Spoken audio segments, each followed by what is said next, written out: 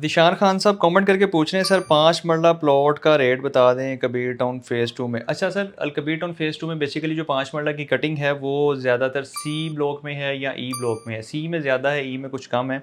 तो यहाँ पे ओवरऑल मैं दोनों ब्लॉक का आपको मिनिमम से मैक्सिमम रेट बता देता हूँ। यहाँ पे तकरीबन को 60-65 लाख से 5 मरले का प्लॉट स्टार्ट हो जाता है और तकरीबन को 80 से 85 लाख तक चला जाता है। लोकेशन वाइज़ इसका रेट है, ये मैंने आपको ब्रैकेट में रेट बताया है। ये आपको कम से कम रेट ई में भी मिल सकता है, सी में भी मिल सकता है, डिपेंड करता है प्लॉट की लोकेशन क्या है।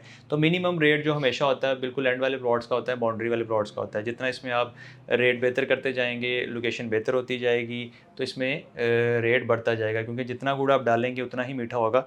तो आपका जो मिनिमम रेट है 60 से 65 लाख है और मैक्सिमम जो रेट है 80 से 85 लाख है। लोकेशन वाइज़ पार्क फेसिंग लेंगे, कॉर्नर लेंगे, प्राइम लोकेशन लेंगे तो रेट अच्छे से अच्छा होगा। जितना आप कॉम्प्रोमाइज़ करते जाएँगे लोकेशन पे तो रेट आपको मुनासिब मिलता जाएगा।